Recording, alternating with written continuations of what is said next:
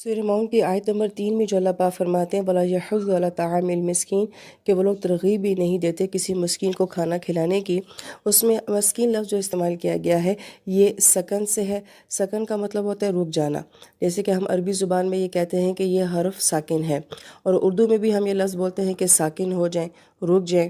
اور مسکن کہا جاتا ہے ایسی جگہ جہاں پہ ٹھہرا جاتا ہے، اسی سے لفظ مسکین بنا ہے۔ تو اس کا معنی یہ بنتا ہے کہ یہ ایک ایسا انسان ہے جو اپنے حالات کی وجہ سے، کسی مجبوری، کسی پریشانی کی وجہ سے یہ رک گیا ہے۔ مسکین بالکل مختلف ہوتا ہے کسی بھی یتیم یا فقیر سے، اس کی سچویشن بالکل علیحدہ ہوتی ہے، اس لیے قرآن اس کو بالکل علیحدہ سے بیان کرتا ہے۔ اور یہ قرآن پاک کا بہت ہی خوبصورت انداز ہے کہ ہر طرح کے انسان اور اس کی مجبوریوں کو علیحدہ علیحدہ طریقے سے بیان کیا جاتا ہے کہ معاشرے میں ہر طرح کے لوگ پائے جاتے ہیں۔ لہٰذا میری سوچ یا نظریہ یہ ہوتا ہے کہ جو فقیر مانگنے والا ہے اس کو دینا ہے، یا پھر چلیں ہم نے یتیم کو بھی سپورٹ کرنا ہے۔ لیکن مسکین شخص جو ہوتا ہے نہ وہ فقیر ہوتا ہے نہ وہ یتیم ہوتا ہے، اور بظاہر اس کے حالات بھی ایسے نہیں ہوتے کہ آپ یہ سمجھیں کہ یہ ضرورت مند ہے۔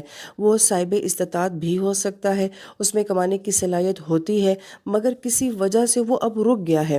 اس کے آپ سمجھیں کہ آج کل کے حالات جیسے کہ لاک ڈاؤن ہیں، کتنے لوگوں کے کاروبار جو ہیں وہ ٹھپ ہو گئے ہیں، تو گویا کہ حالات نے ان کو روک دیا ہے۔ ایک وہ انسان جو کہ فرض کریں ٹیکسی ڈرائیور ہے، اپنی ٹیکسی سے کماتا ہے، اس کی ٹیکسی چوری ہو گئی ہے، یا ایک ایسا کارپینٹر جو اپنے ہاتھ سے کام کرتا ہے اس کا ہاتھ کٹ گیا ہے، یا پھر ایسا انسان جو بہت بوڑھا ہو گیا اب وہ مزید نہیں کما سکتا، یا پھر ایسا انسان جو اچانک بیمار ہو گیا، کسی بیماری نے اس کو روک دیا ہے۔ گویا کہ اچانک کسی ایسے حالات کا آ جانا جس کی وجہ سے یہ انسان رک گیا ہے۔ ایسے لوگوں کو معاشرہ عموماً غریب نہیں سمجھتا یا مستحق نہیں سمجھتا۔ وہ کہتے ہیں دیکھیں ان کے پاس گھر تو ہے، گاڑی تو ہے، اور یہ اچھا خاصا پہنتے تو ہیں، ان کو کھانے کو بھی مل جاتا ہے، لیکن یہ انسان جو ہوتا ہے اندر ہی اندر اپنی سطح سے بہت نیچے آ رہا ہوتا ہے۔ آج کل کے حالات جو ہیں وہ اس لفظ مسکین کی بہت اچھی طریقے سے عکاسی کرتے ہیں کہ کتنے اچھے کمانے والے جو ہیں وہ ڈاؤن ہوتے جا رہے ہیں، وہ نیچے آتے جا رہے ہیں۔ تو گویا کہ ایسے انسان کو بھی جو ہے دینا ہے اور اس کو بھی سپورٹ کرنا ہے۔ پھر آیت مبارکہ میں طعام المسکین کہا گیا، اطعام المسکین نہیں کہا گیا۔ اس کو پیچھے بھی بیان کیا گیا تھا کہ اطعام المسکین کا مطلب یہ ہوتا ہے کہ میں اپنی کوئی چیز اس کو کھلا دوں گی، مگر طعام المسکین کا مطلب یہ ہوتا ہے کہ اسی کا کھانا اس کو کھلا دینا۔ یہاں پہ مفسر کرام یہ فرماتے ہیں کہ جب ہم کسی سائل کو دیتے ہیں، کسی مسکین کو دیتے ہیں، تو دراصل میں وہ ہوتا ہی اس کا ہے جو اللہ پاک نے ہمارے مالوں میں رکھ دیا ہوتا ہے، صرف ہمیں آزمانے کے لیے اور دیکھنے کے لیے کہ کیا یہ بندوں کو دینے والے بنتے ہیں کہ نہیں بنتے ہیں۔ ہم جب تک ان لوگوں کو دیتے رہیں گے اللہ پاک ہمارے مالوں میں بھی اضافہ کرتے رہیں گے۔ جب ہم ان کو دینا چھوڑ دیتے ہیں اللہ پاک ہمیں دینا چھوڑ دیتے ہیں۔ اور یہاں پہ یہ بھی کہا گیا ہے کہ تمہارے اندر دینے میں کسی قسم کا احسان نہ ہو کہ تم کسی کو دے رہے ہو تو احسان کر رہے ہو، بلکہ تم اس کو اس کا ہی حق دے رہے ہو۔ بس یہ اللہ پاک کی ترتیب ہے کہ اللہ پاک تمہارے ذریعے سے اس کو دے رہا ہے، مگر ہوتا وہ اسی کا ہی ہے۔ یوں سمجھے کہ میں نے ہی اپنی چیز کسی کے پاس رکھوائی ہوئی ہے اور وہ مجھے میری چیز واپس لوٹا دیتا ہے، تو بس آپ اس کا اس حد تک شکریہ ادا کریں گے کہ آپ نے اس کی حفاظت کی اور مجھ تک پہنچا دیا، مگر آپ یہ کبھی بھی نہیں کہیں گے کہ آپ نے اپنی چیز مجھے دے دی ہے۔ لہٰذا میں جو کچھ بھی کسی کو دیتی ہوں دراصل میں وہ ہوتا ہی اس کا ہے۔ صرف اللہ تعالیٰ کی ذات جو ہے وہ ہمارا ظرف چیک کر رہی ہوتی ہے کہ ہم دینے والے بنتے ہیں کہ نہیں بنتے، یا ہم اس ظرف کے ساتھ دیتے ہیں کہ نہیں دیتے۔ پھر آیت نمبر 4 میں اللہ پاک فرماتے ہیں فَوَيْلٌ لِّلْمُصَلِّينَ نماز پڑھنے والوں کے لیے ہلاکت ہے۔ آیت مبارکہ میں لفظ ویل کو استعمال کیا گیا ہے۔ ویل فرماتے ہیں کہ ایسی تکلیف جو کہ ناقابل برداشت ہو، اور اس لیے جہنم کی ایک وادی کو بھی ویل کیوں کہا گیا ہے؟ کیونکہ اس کا عذاب بھی ناقابل برداشت ہے۔ اس لیے کسی انسان کو اگر ٹھوکر لگ جائے یا کوئی چھوٹی موٹی چوٹ لگ جائے تو آپ یہ نہیں کہہ سکتے کہ اس کو ویل ہے۔ اس لیے یہاں پہ مفسر کرام فرماتے ہیں کہ ویلن کو جو تنوین کے ساتھ بیان کیا گیا ہے اس میں اور بھی زیادہ شدت آ گئی ہے کہ ایک ایسی تباہی کہ جو آپ کی سوچ میں نہ آ سکے، آپ کی سوچ سے بالا تر جو تباہی ہوتی ہے اس کو ویل کہا جاتا ہے۔ اور پھر ویل کو اسی لیے ایسی جہنم کہا گیا ہے کہ جس سے باقی ساری جہنمیں بھی پناہ مانگتی ہیں، تو وہ کوئی چھوٹی موٹی جہنم نہیں ہے، بہت شدت والی جہنم ہے۔ اب اتنا سخت لفظ جو ہے وہ کس کے لیے استعمال کیا گیا ہے؟ نمازیوں کے لیے استعمال کیا گیا ہے۔ تو نماز کو تو میں اپنی نجات سمجھتی ہوں، مگر اتنا سخت لفظ نمازی کے لیے کیوں؟ اس کا جواب اگلی آیت مبارکہ میں آتا ہے الذین هم عن صلاتهم ساہون، کہ وہ لوگ جو اپنی نمازوں سے غافل ہیں۔ ساہون کے مختلف معنی بیان کیے گئے ہیں۔ ایک معنی یہ کہ نماز کے وقت کو ضائع کر دینا، مقررہ وقت سے مؤخر کر کے پڑھ دینا، نماز کی پرواہ نہ کرنا پڑھی ہے یا نہیں پڑھی ہے، اور اگر نماز پڑھ لیتے ہیں تو پھر اس کی ثواب کی امید نہیں رکھتے ہیں، اور اگر نہیں پڑھتے ہیں تو اس کے عذاب سے نہیں ڈرتے ہیں۔ نماز میں سستی اور غفلت کا کرنا، اور ایک معنی یہ کہ اگر نماز پڑھتے ہیں تو دکھاوے کی پڑھتے ہیں، اور اگر نماز فوت ہو جاتی ہے تو اس کا افسوس بھی نہیں کرتے ہیں۔ اب یہ سارے معنی جو ہیں وہ ساہون کے بیان کیے گئے ہیں، لیکن مفسرین کرام فرماتے ہیں کہ اب تک جتنی صورت مبارکہ بیان ہوئی ہے اس میں اللہ پاک نے کوئی اسم ذکر نہیں کیا ہے۔ مثلا یکذب، یدعو، یحض، یہ تمام فعل ہیں، اور ہم نے کہا تھا کہ فعل کیا ہوتا ہے؟ وہ عارضی ہوتا ہے۔ ساہون اسم ہے، اور اسم کے اندر جو ہوتی ہے استقامت ہوتی ہے، تسلسل ہوتا ہے، یعنی کہ یہ وہ لوگ ہیں جو مسلسل اپنی نمازوں سے غافل رہتے ہیں۔ کسی ایک آدھ نماز کے ساتھ یہ معاملہ ہو جائے تو اللہ پاک اتنی سختی نہیں بیان فرماتے ہیں، بلکہ ساہون کا اسم ہونا یہ بتا رہا ہے کہ جو مسلسل اپنی نمازوں کی پرواہ نہیں کرتے ہیں۔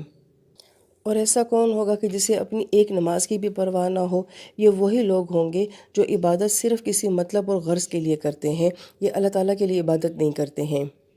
یہاں پر مفسرین کرام جو بہت ہی خوبصورت اور اہم نقطہ بیان فرماتے ہیں کہ فرمایا گیا ہے کہ ان صلاتہم ساہون، جو اپنی نمازوں سے غافل ہیں، یہ نہیں فرمایا کہ اپنی نمازوں میں غافل ہیں۔ اگر اللہ پاک یہ فرما دیتے تو پھر ہم میں سے کوئی اس طرح کی نماز پڑھتا ہی نہیں ہے کہ جس میں کوئی دنیا کا خیال نہ آتا ہو، تو پھر تو ہم میں سے ہر ایک کے لیے ویل والی تباہی اور بربادی تھی۔ مگر یہ نہیں کہا گیا کہ ہماری نمازوں کے اندر کی کمیاں اللہ پاک معاف فرما دیتے ہیں، بلکہ فرمایا کہ نمازوں سے غافل ہیں کہ سرے سے ان کو پڑھنے کا خیال ہی نہیں آتا یا چھوڑنے کے اوپر دکھ ہی نہیں ہوتا۔ یہ اللہ پاک کا بہت بڑا احسان ہے جو اس آیت مبارکہ میں بیان کیا جا رہا ہے۔